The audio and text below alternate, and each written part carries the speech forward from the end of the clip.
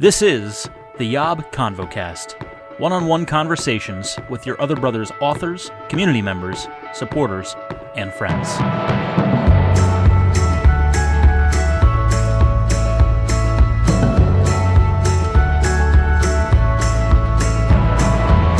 What's up, friends, and welcome to the YOB ConvoCast, conversations with everybody. We're just making a goal to talk to everyone I can get on the line.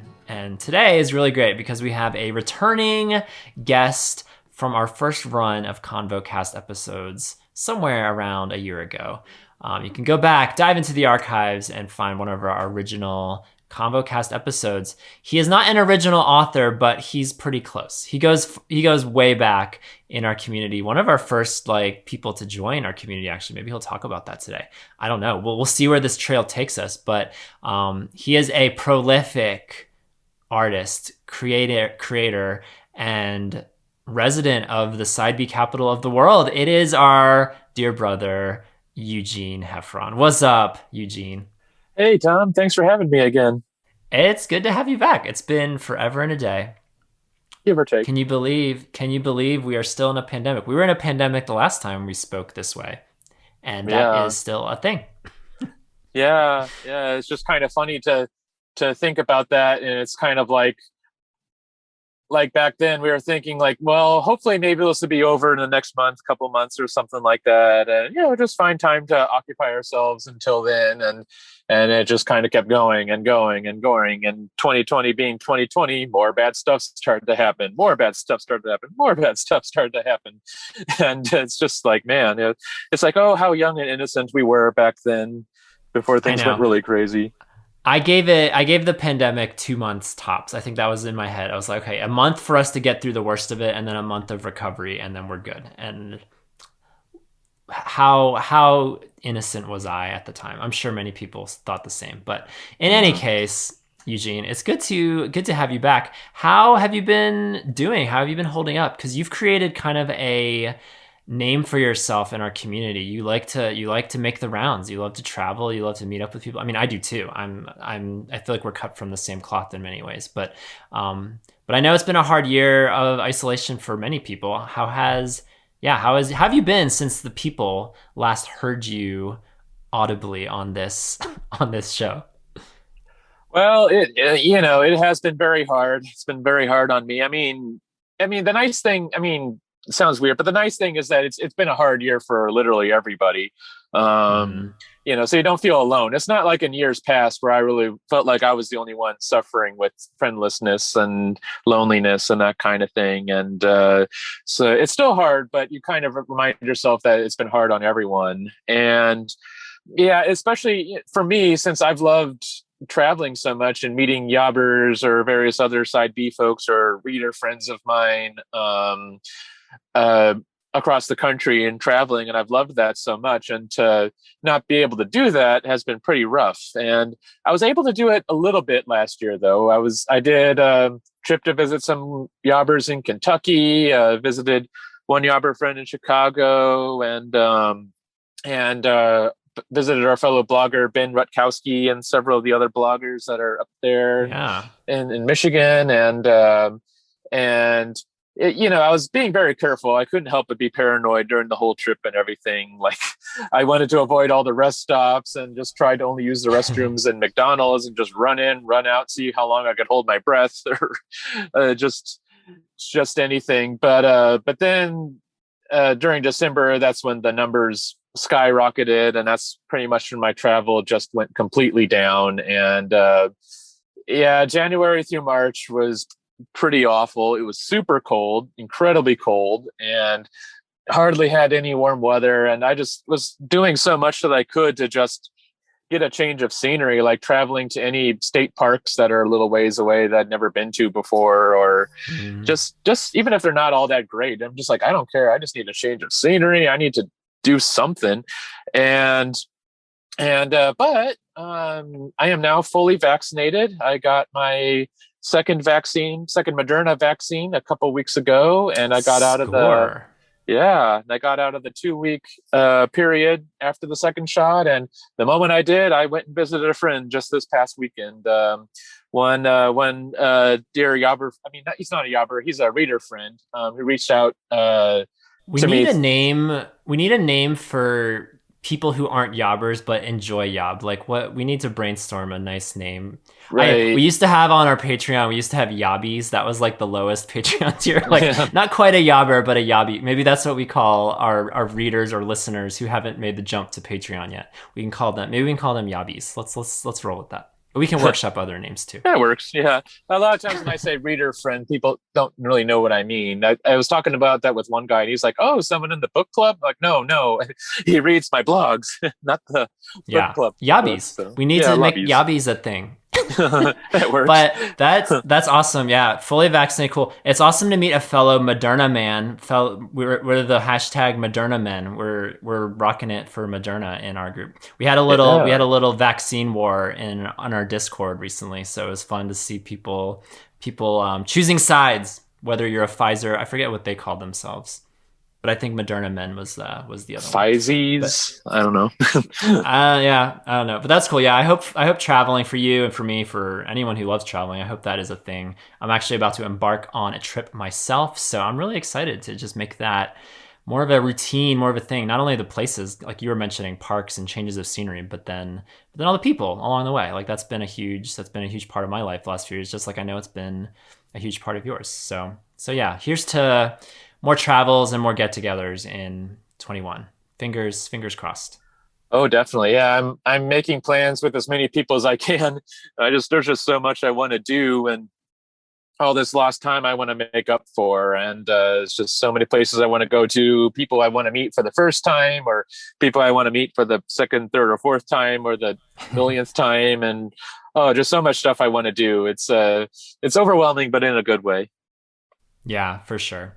And this is still super early. We haven't like confirmed anything yet, but we're also behind the scenes. We're trying to plan another in-person retreat this year. We're trying to make that happen, and we're just like waiting. We're in the wait and see mode. We've got a weekend claimed, staked out later this year, but we're waiting and seeing, and that'd be really fun if we can get 30 or 40 of us together again. That'd be really cool. But anyway, we'll see where 2021 takes us.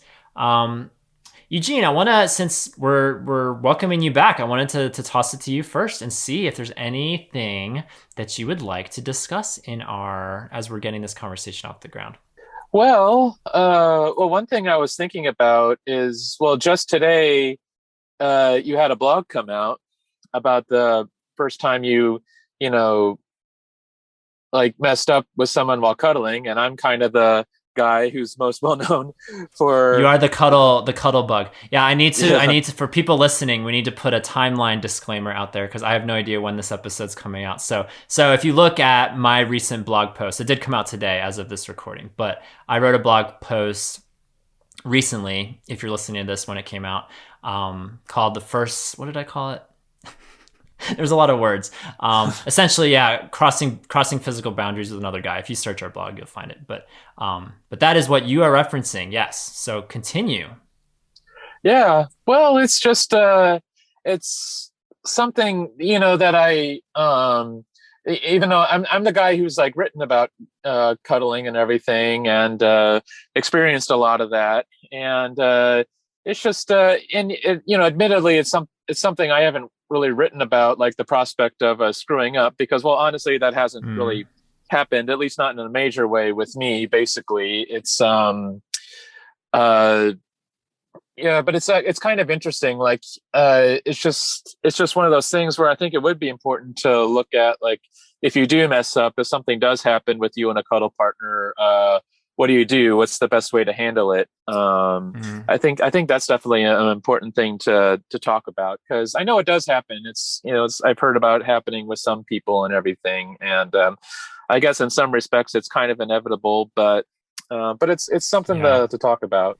Yeah, and there are varying like state levels of of messing up and crossing boundaries, right? So there's physical boundaries, there's emotional boundaries, and while I don't want to get too specific with this particular friend and this particular story, there wasn't anything like no sexual touch and no kissing or anything like that. But there is just inappropriate touch, and I kind of it's a story I've held in like my back pocket for many years now, because I've just been like, gosh, like this is a really vulnerable story, and I've made my mark in the land of vulnerability for the last 8 or 9 years, but this was one that just was like, man, I don't know if I'm ready to tell this story yet. And when I started this Cuddle Chronicle series is what I've been calling it.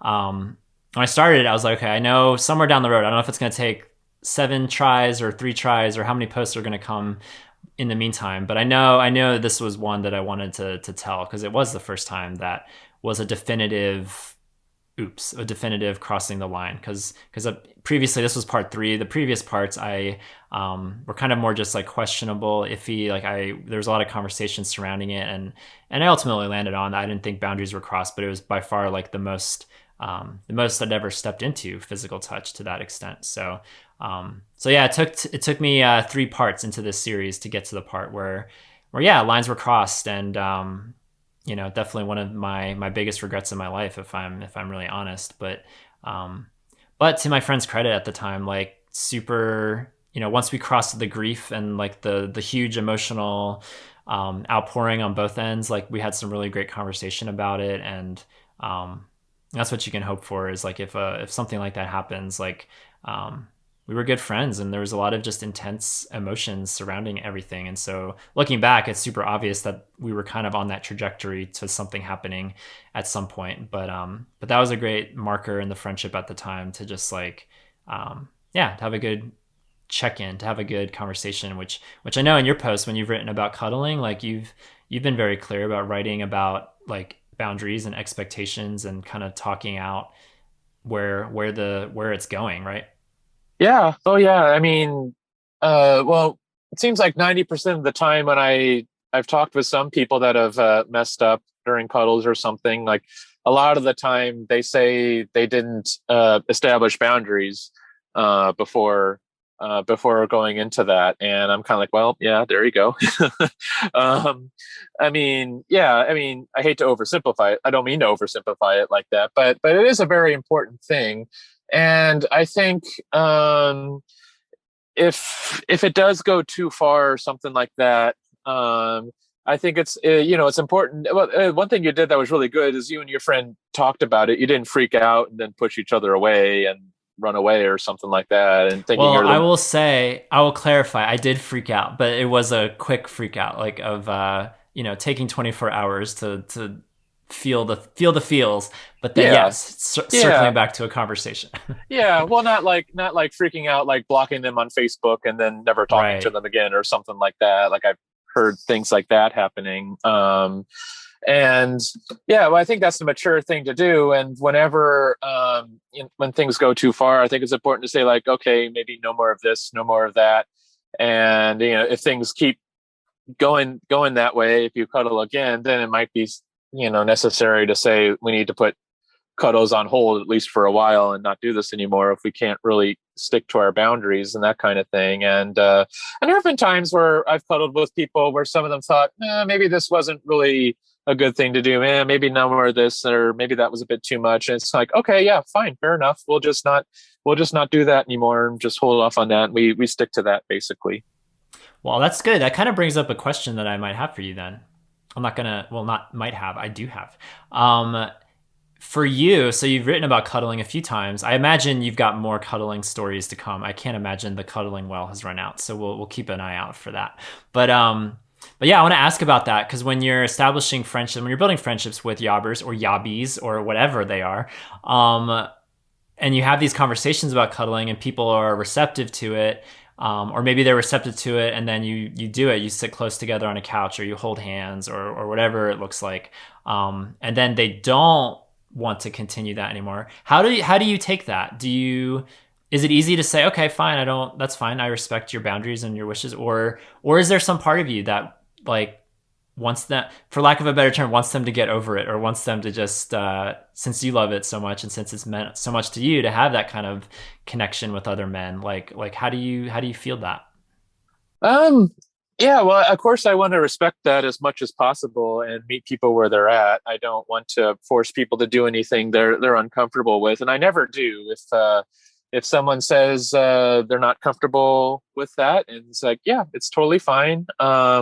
there was a yobber I got together with at one point last year who was kind of like that. And there are sometimes, I'm a sensitive guy, and honestly, there have been some times where I've met some people where, yeah, we're kind of clicking well. They just sort of say, I'm just not comfortable cuddling and that kind of thing with you or whatever, just or for whatever reason. And sometimes there is that sensitive part of me that just gets kind of like, oh, it's like the part of you that just can't help but maybe feel just a little hurt by it. Of course, I respect their wishes and everything, but there's sometimes can be a little part of you that feels a bit dejected by that. But I try to keep it in check as much as possible and not explode into a drama queen over it or anything. Yeah, and I'm sure that's a journey of maturing and just kind of finding that balance, because it's like in relationship, it takes to give and take, right? And with physical touch and cuddling, people draw different lines in different places, and so that can be, I imagine that can be challenging with various people who draw their lines at different places that you would draw your lines, and no one person is necessarily right or wrong, but for them, for their journey, whether it's for spiritual reasons, for emotional reasons, for whatever the reasons, like, yeah, it's a journey of just respecting where people are at on their journey and not taking it personally. I know that can be easier said than done, but yeah, I feel you on that. As a fellow sensa boy, I feel that. Yeah, as a fellow four. Yeah, the thing is that a lot of my journey with this and meeting a lot of yobbers and having things like cuddling or various other intimacies or that kind of thing. It's a lot of it has been very experimental in a way. I mean, not that kind of experimental, but just kind of like trying to figure out what works, what doesn't, because there are kind of a lot of those gray zones there a little bit.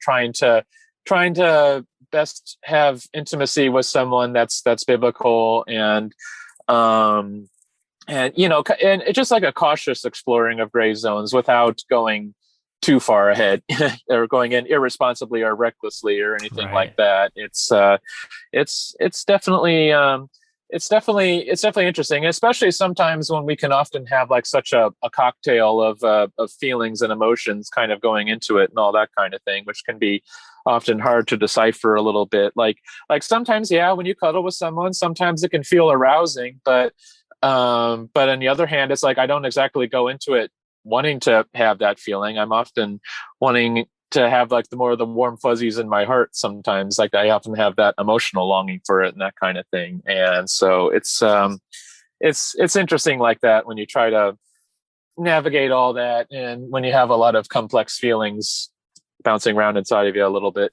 Yeah, absolutely. I'm glad you mentioned arousal, because like it's not a sin to be aroused. Like my goodness, people get, men, women too, I'm sure I've heard, get aroused at the most random things sometimes. And whether you're with people or whether you're by yourself, like definitely not a sin to experience that feeling. It's just like, okay, now this is a thing that's happening. And a lot of that's, tied to our connections with other men and wired into our friendships sometimes. And so that can happen with fellow gay SSA folks. It can happen with straight folks as well. And just like learning to grow up and deal with these feelings and these experiences. Oh yeah. I mean, it's just sadly a lot of the time, sometimes the area downstairs can have a mind of its own. I mean, one time I was cuddling with my dog, and yeah, I kind of felt that a little bit, which was kind of weird. And I'm not joining your other bestialities anytime soon or anything. But no, that's another blog. Yeah. And I was talking with one guy who says he's cuddling with kids. Sometimes he feels that way. And with his, it's his own kids and everything. And he's just kind of, and of course that's kind of awkward, but I think sometimes that's just sort of like the natural response to physical touch on any form or on any level, basically sometimes. Yeah. I mean, physical touch, it's a powerful thing. And it's definitely, that's kind of the motivation as our conversation winds down here. It's the motivation behind my blogging series, is because it's been this like powerful elixir of a thing in my life for the better part of a decade now. And I've referenced it here and there, but this has been like my first like deep foray into these really pivotal experiences and friendships over the years. And some of the friendships survived and some of them didn't. And it'll be fun. Well, I say fun. I embrace the hardness and the sadness of dealing with all of these difficult stories, but it'll be not, maybe fun's not the right word, but it'll be rewarding to get to the other side of this, however longer I have to go to keep writing about these stories, and to finally feel like I can exhale and be like, okay, I finally told all those hard stories that I've just been kind of sitting on and waiting to see what to do with them. So thank you for bringing that up. I feel like this conversation maybe was more about me, but like, you definitely put in your input. In our closing minute or two, like, I definitely wanted to shout out your recent blog because it aligns with this podcast in a nice way. You're talking about nature versus nurture, the age-old question, why are we the way that we are? So for anyone who hasn't read it yet, do you want to just give a quick plug for your latest blog? Yeah. Well, it's easily probably one of the most controversial subjects, I guess. And when it comes to the debates over homosexuality, I mean, some people, the blog will basically sort of won't take a side or anything. It'll just basically kind of examine what people on one side are saying. Some people believe it's totally nurture. Some people believe it's totally nature, and just kind of the arguments and contradictions and how it can be a headache. And sometimes, you yourself want to figure out why you're this way, and sometimes just not getting any answers, and just having to learn to live with it. So yeah. Well, yeah, it's a great post, and I feel like I'm gonna give you props, Eugene. I feel like your artwork, you're upping your game. It's getting more like elaborate and more creative. I don't know what the right words are, but I just am like, when you compare it with some of your first drawings, there's just like a level of complexity there that I feel like was that you've kind of gained and gathered along the way. So that's been cool to see not only your story unfold as you tell these stories and share your thoughts, but to see your artwork that you do for every single post that you've put out, like to see that evolve as well. So that's cool. Yeah, thank you. It's been fun to work on. Yeah, we talked about your artwork. I remember talking about your artwork in our last ConvoCast. If listeners want to go back, whether you're a YOBBER, a YOBBE, something in between, if you want to go back and listen to Eugene's first ConvoCast, I remember we did talk about your artwork there. And I got to say, Eugene, as we end this episode, what a great audible experience this was compared to our first time, because this is a little behind the scenes magic. I never mentioned it because I just wanted it to be try to play it off as professionally as possible. But that entire episode, it was kind of, you were part of history, Eugene. My original YOB microphone decided to break on that episode. And you mentioned at the start that you could barely hear me. And I was like, what is he talking about? It's on full blast. Like, it's his problem, right? His earphones are messed up or something. So we just played it off, even though you couldn't hear me hardly that whole episode we did. And then to my like horror, when I played back the recording, I could not hear myself either. My voice was like I was 100 yards away. And what I had to do to make that episode work was because I heard myself, I could still hear myself, but just barely. I had to re-record the parts that I spoke. And so what you hear on that episode, behind the scenes magic, is Eugene's voice in real time, but then it's Tom's voice like 3 days later or something, just re-saying everything that I said and trying to play it off as if I'm responding to you in the moment. It was one of my proudest moments of trying to make something beautiful come from the ashes of that episode. So listeners, if you want to relive that magic, go ahead.